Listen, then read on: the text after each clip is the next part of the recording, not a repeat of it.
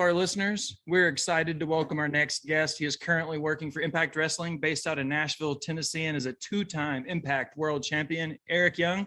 Eric, how are you today, brother? Yeah, I'm doing good, man. Always good to chat some wrestling. Excellent, man. We're super pumped to have you on. I'm glad to have you. So let's knock out some of these easy quick fire questions from one wrestling fan to another. Growing up, who was your favorite superstar? I mean, it's a long list. I've been watching wrestling since I was 3. Probably later on, it was definitely Shawn Michaels. Early on, before he kind of went out and did his own thing, it was, guys like Macho Man, Ricky the Dragon Steamboat, loved Terry Funk, loved Ric Flair, Mr. Perfect, Bret Hart. That's off the top of my head. Like, it's a long list, man. Like, I love One Man Gang. I loved Big John Studd. I loved Andre the Giant. I mean, everyone was kind of had their own thing, and I was in all of them. So, judging by the list you just gave me, I'm assuming that you grew up watching a lot of the territory wrestling, right? Some. I grew up in Canada, so we didn't. I guess like where I live, like cable television still doesn't exist. I had an antenna in my front yard, and we basically pirated 4 or 5 channels from Detroit. So basically until probably around 1996, my only wrestling was Superstars that aired at like 3 a.m. on Saturday, some Saturday morning wrestling early on, and VHS tapes. And then 96, I got my first satellite. Me and 2 of my really close friends that I did backyard wrestling with bought a satellite together so we could watch the Monday Night Wars, basically. Oh, that's awesome. Do you have a current favorite sports team, or do you have a sport that you're currently watching a lot of? Yeah, I'm a diehard sports fan my whole life. Live and breathe hockey, have since I was a little kid, played it my whole life, still play it today. Toronto Maple Leafs fan since I was 3 or 4, still root for them. They do not make it easy. Living in Nashville now, huge Predators fan. I do a bunch of events with the team. I know a bunch of the players. The Herd line this year, I sent them t-shirts. I'm good buddies with those guys, all 4 of them actually. And they took a really cool picture of them wearing the I Am Violent by Design t-shirts. And it's a huge Titans fan. Was a Buffalo Bills fan growing up, and they broke my heart 3 years in a row. And I stopped watching football for a few years. And then when I went back to football, I was like, I got to pick a new team. And I actually picked the Tennessee Titans. I loved Eddie George. Love Steve McNair, Yancey Thigpen, Derek Mason, Frank Wycheck, like love that team. And then a weird turn of events in 2004, I ended up moving here, and I still live in Nashville today. That's amazing. So you're speaking to my heart here, because I'm a Nashville native. I currently reside in Knoxville, but like born and raised in Nashville, Tennessee. So I have to know, since you've been there as long as you have, do you have a favorite hot chicken place? There is no bad hot chicken. That's from a professional. There is no bad hot chicken. Right now, my current favorite is a smaller one. There's only 2 of them. It's called Big Shakes, and it's incredible. I think they have the best hot chicken out of all of them. Hattie B's obviously is iconic. It's maybe getting a little too big now. It's a little more commercialized than it used to be, but like there is no bad hot chicken. It's one of my favorite things to eat. Nice. Okay, my last quick fire question. Let's go down memory lane a little bit. Who was your first match? Where was it at? And who was the opponent? Do you remember? So I'm terrible with this stuff, but I do remember my first one. My first one was in Benton Harbor, Michigan. Dan Severin was the guy promoting the event.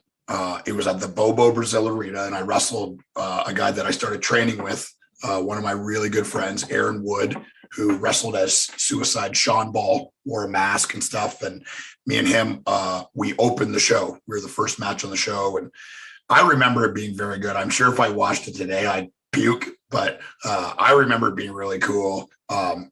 First time being in, a pro event, first time wrestling in front of a crowd that size. There's probably 1,500 people, which is a pretty successful independent show. Yeah. And what I remember most is Dan Severin was promoting the event, and he had 2 events going at once. So basically there would be a pro wrestling match, then there would be a tough guy competition where fans would come out of the crowd, put on boxing gloves and fight each other. And actually one of the wrestlers, this guy, Rory, he wrestled, I think, in the third match. And then right after his match, he just stayed in the ring. And a guy came out of the crowd and he fought him. He beat him, then beat a guy in the semifinals, and then won the whole thing. So it was a good day for pro wrestling.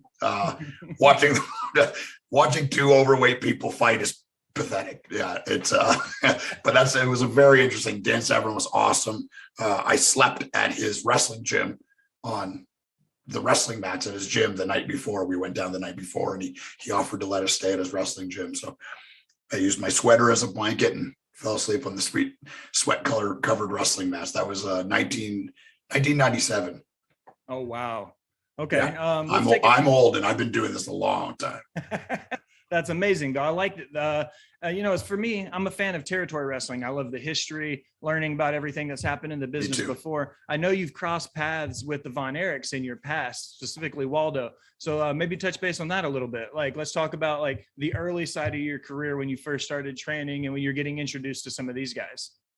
Yeah, I mean, Waldo Von Erich, no relation to the Von Erichs really? In Texas. Yeah, none whatsoever. Actually, a Canadian guy. German Canadian, grew up in Canada, lived in Canada his whole life. He moved to Florida, I believe, wrestled in the Florida territory for a while under, I want to say, Cheetah Man, something Cheetah. I mean, I don't remember that. I mean, when he told me the story, this is, 25 years ago, and Cheetah Man existed 50 years ago plus. Yeah. So he wrestled us there, and then he went to Texas, and I think he did wrestle with Fritz Von Erich as his like cousin or brother, but he's actually not a Von Erich, not a blood relative of them at all. And then he took that name and went to the WWE for Vince McMahon Sr. And got into a feud with Bruno Sammartino. And like, this is back when people believed wrestling was real. Bruno Sammartino was this hulking Italian guy, like fresh off the boat and like living in Brooklyn. And Waldo was a Nazi and wore like a stormtrooper helmet and the duck boots and would do the whole thing. And he had some crazy stories, people trying to kill him, and they'd have to smuggle him in the ambulance. He couldn't park at the arena because people would try to kill him. I think he still holds the record, him and Bruno, for the longest match in Madison Square Garden history. I think it was 94 minutes, something like that. So wow, tons of cool stories. I mean, a guy that wrestled all over the world, was, a legend in his day. And this is way, way back. I mean, before, when territories was really the only thing that existed. Okay. Let's talk about your early career. Tell me one of your favorite matches you had coming up, and one of your least favorite matches you had coming up, be it either because it didn't work right, because the work between you and the other talent didn't go well, booking didn't go what you wanted, the promoter was trash, and then the opposite side, the absolute, what you feel was like your best early match when you really said, you know what, like this is how that was supposed to go. Yeah, I have a terrible memory for these things. Like, to be honest, I've been doing this so long. I can barely remember what I did last week. Yeah. One that stands out to me in my mind, I wrestled for this company in Niagara Falls, Ontario. And it was a bunch of young guys, and they got together and they started a promotion in a wrestling school. And they basically said, we're going to build our own stars. The third Saturday of every month, we're going to have a show in the same place at the same time, and we're going to make our own storylines.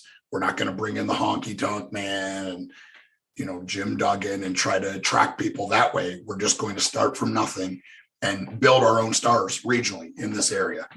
And I was on their first show, and there was maybe 25 people there.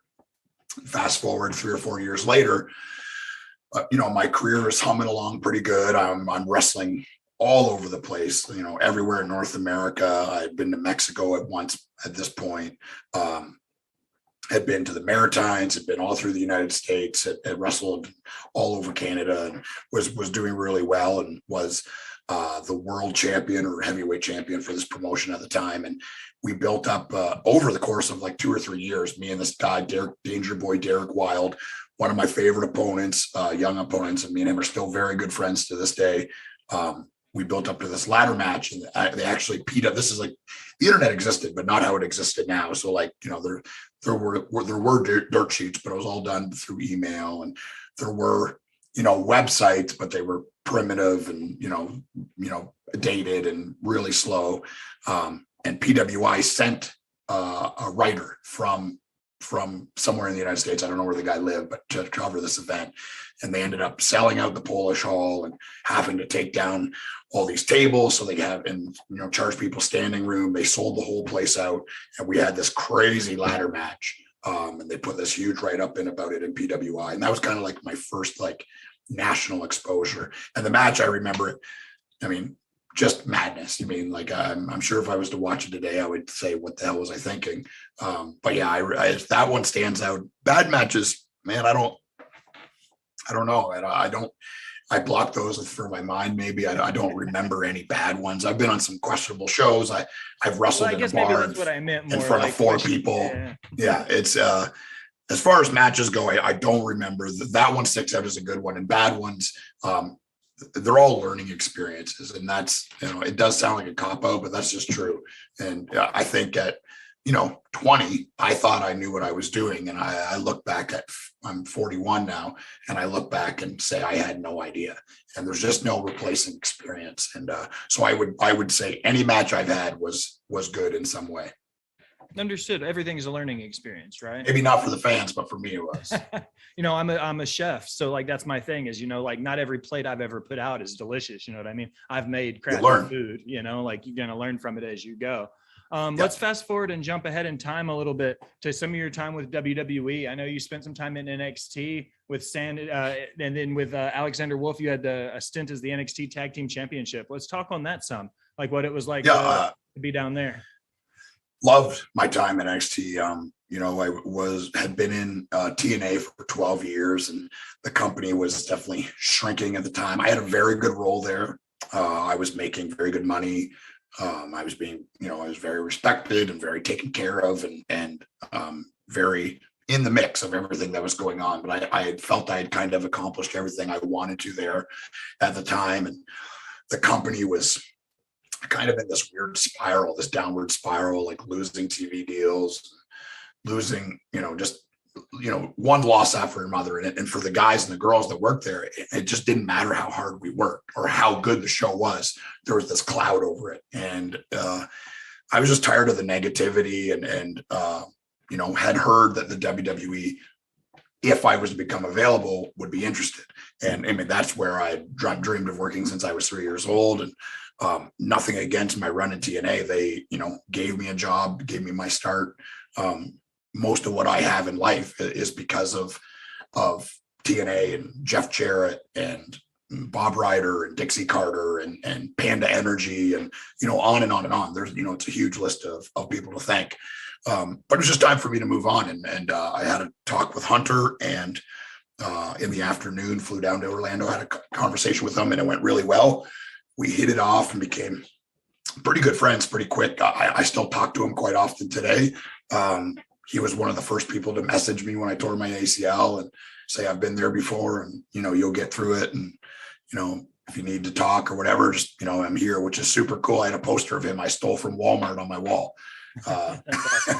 So it's kind of weird being buddies with him. But yeah, love the run of NXT, love Sanity, love the group of people I was with, love the people I was surrounded by. I enjoyed every minute. And to be honest, I didn't want to leave. You know, that was the WWE's choice. And in the end, it was Vince's choice. He chose us to come to the main roster.